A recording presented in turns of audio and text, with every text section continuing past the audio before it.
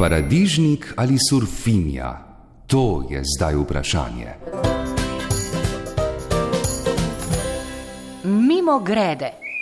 Razlika med kupljenimi in domačimi paradižniki je med vso zelenjavo morda še največja, zato je paradižnik nedvomno med top 3 na slovenskih vrtičkih.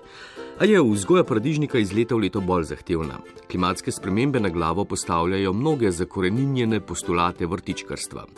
Če je do zdaj po pretežnem delu Slovenije veljalo, da je treba pred saditvijo paradižnika in ostalih plodovk, paprike, čilija, kumar, jajčevcev in tako naprej, počakati na ledene može, to ne velja vsako leto, pravi agronomka Sabina Šegula iz Biotehniškega centra Naklo. Kot že stara modrost pravi, da je potrebno počakati na ledene može in mokro zofko, to je pač ravno sovpada za našo sredino maja. Je to res, vendar se v zadnjem času, se pravi v zadnjih letih, se tudi vreme oziroma podnebje spreminja. In bolj kot na datum moramo biti pazljivi prav na same temperature. Namreč hladno vreme se včasih podaljša žal tudi že v konec maja in plodovke so rastline, ki so zelo občutljive na to, sploh če imajo mrzle noge. Se pravi, ves koreninski sistem je tako občutljiv na nizke temperature, da rastlina lahko zaradi tega zakasniva rasti.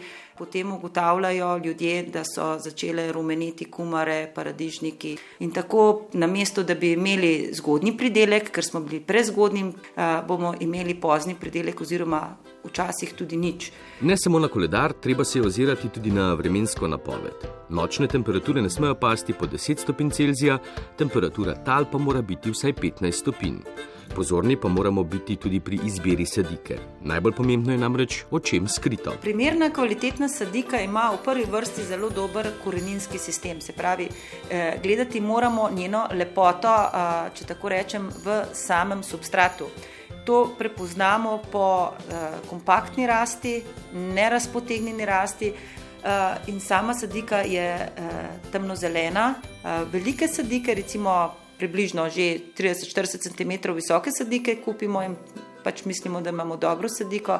Bolje je, da so te sadike nekoliko nižje, tam okrog 20 cm do 25, kompaktne in da imajo zdravo koreninsko grudo. Če je le možno, je zelo dobro in priporočljivo, če lahko sadiko previdno izlončimo in pogledamo, kakšne korenine ima in predvsem zaradi dobrih razvitih korenin imamo lahko dober pridelek. Pozorni bodite le, da paradižnikovo sadiko na vrtu ali v loncu dovolj globoko posadite. Največkrat je ta napaka, da pri začetnikih, ko vidijo majhno rastlinico, jih pregusto nasadijo. Namreč sam paradižnik zahteva, recimo odvisno tudi od sorte, ampak tam nekje od 50 do 70 cm razdalje med samimi rastlinami v vrsti, medvrstna razdalja pa je najbolje, da je kar meter. To je seveda, če imamo dovolj prostora in s tem preprečimo zelo hitro širitev bolezni, predvsem krompirjeve plesni, ki je pa potem največji problem tekom deževnih poletij. Pomembna lastnost navadnega paradižnika, se pravi sejanca, da lahko tudi iz stebla regenerira same koreninice. Sejanec lahko zakopljemo tako globoko, da damo še recimo 10 cm stebla v samo jamico, ki jo imamo pripravljeno. Lahko tudi nekoliko spodbudimo rast korenin, če to sadiko zakopljemo pod kotom, nekoliko bolj po strani, pa se bo potem sama poravnala. Medtem ko tiste sadike, ki so cepljenci, moramo paziti, da ne zakopljemo cepilnega mesta.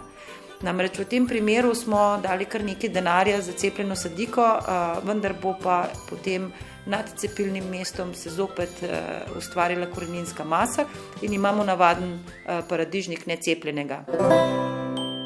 Plodovke, predvsem paradižnik, za rast in razvoj plodov potrebujejo veliko vlage, a le pri koreninah. Upoštevajte pravilo mokre noge in suha glava.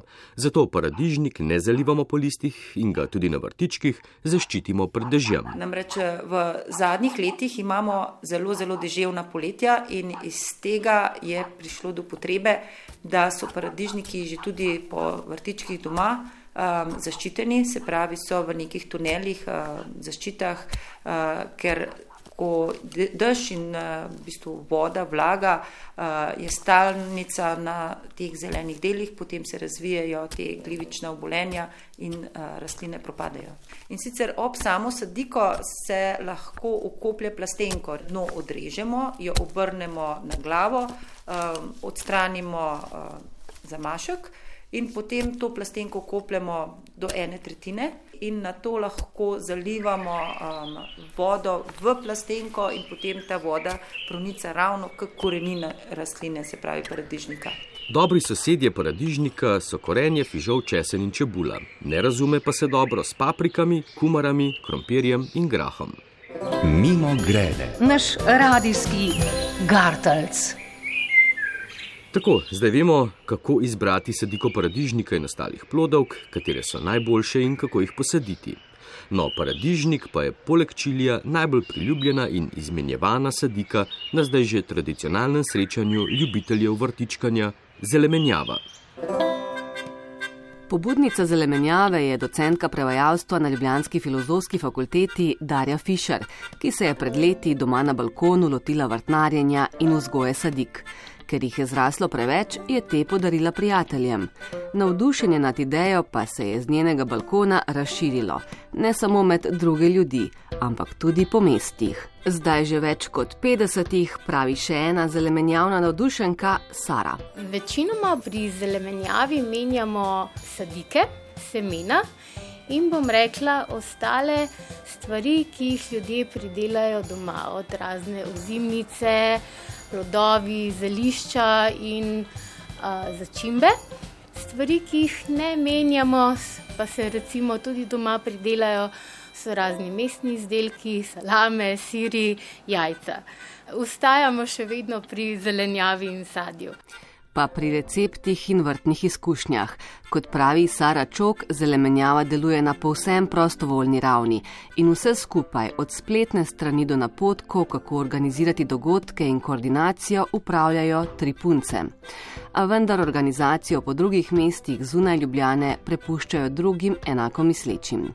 Pravil namreč ni, no razen enega. Denarja na zelemenjavi ne boste potrebovali. Edino nepisano pravilo je to, da se sadike izmenja popolnoma brezplačno. Tukaj gre za ta stari koncept blago za blago. Pomembno nam je tudi, da se sadike izmenjajo pošteno. Se pravi, da tisto, kar bi nekdo želel dobiti v zameno, tudi naj on v nasprotju da. In mislim, da prav zaradi tega, ker obstaja samo to načelo, kjer ni denarja vmes, se mi zdi, da je to tisto, kar v osnovi tudi pritegne ljudi, ker niso ničesar obvezani. Gre samo za neko dobrosrčnost in povezovanje med sabo. No, pritegnajo pa jih tudi različne vrste rastlin, ki jih lahko menjajo. Pade jim v oči kakšne zanimive, eksotične vrste seveda, tako da recimo na letošnji ljubljanski zelemenjavi bomo izmenjali doma vzgojene sadike jakona in pepinota. To je, bom rekla, jakon, ena taka rastlina iz Andov. Pepino je pa mešanca med melona in kumarco. Se mi zdi pa, da v zadnjih letih je tudi ena taka obsesija nad čili in pa se izmenjava tisti čili, ki je res najbolj močen, pa barvast, pa različne oblike, tako da se potem tepejo, kdo jih ima več doma, na balkonu. Vsaj tako se reče, saj zaresnih sporov ali pretepov na zelemenjavi ni. Sicer pa se lahko vseslovenskemu dogodku, letos že 5., pridružite v soboto 20. maja. Potekala bo recimo na Kostanjevici na Krki, v Brežicah, Tržiču, Ptuju, Poljanah pri Prevaljah, Ormožu, Novem mestu, Mariboru, Logu pri Brezovici, Ljubljani, Ljutomeru. V Ljubljani bo dogodek, ki bo imel tudi dobrodelno noto, potekal na Špici in v večgeneracijskem centru Skupni točki. Je pa zelemenjava sezonska reč, saj zelemenjavari upoštevajo naravne cikle. Marca menjajo semena, v soboto bodo nove skrbnike dobile predvsem sadike, potem pa že pridejo na vrsto pridelki in prve marmelade. Sedaj 20. maja napovedujemo vseslovensko zelemenjavo, ki temelji na tem, da na isti dan organizirajo različni kraji po Sloveniji. Potem so pa še te lokalne, ki se pa vsak odloči, kdaj se naredi. Več o zelemenjavi pa izveste na spletni strani zelemenjava.si. Mimogrede. Če imate torej kaj odvečnih sadik in ostalega, v soboto vabljeni v 12 krajev po Sloveniji, kjer bo potekala vseslovenska zelemenjava. Na Ljubljanski, ki je posvečena spominu na našega radijskega kolega Roberta Bogataja, enega največjih podpornikov in zvestih udeležencev zelemenjave, pa bodo zbirali tudi presežke iz domače shrambe za malo tudi naš projekt Botrstvo. Mimogrede. Urbano vrtičkanje na valu 202.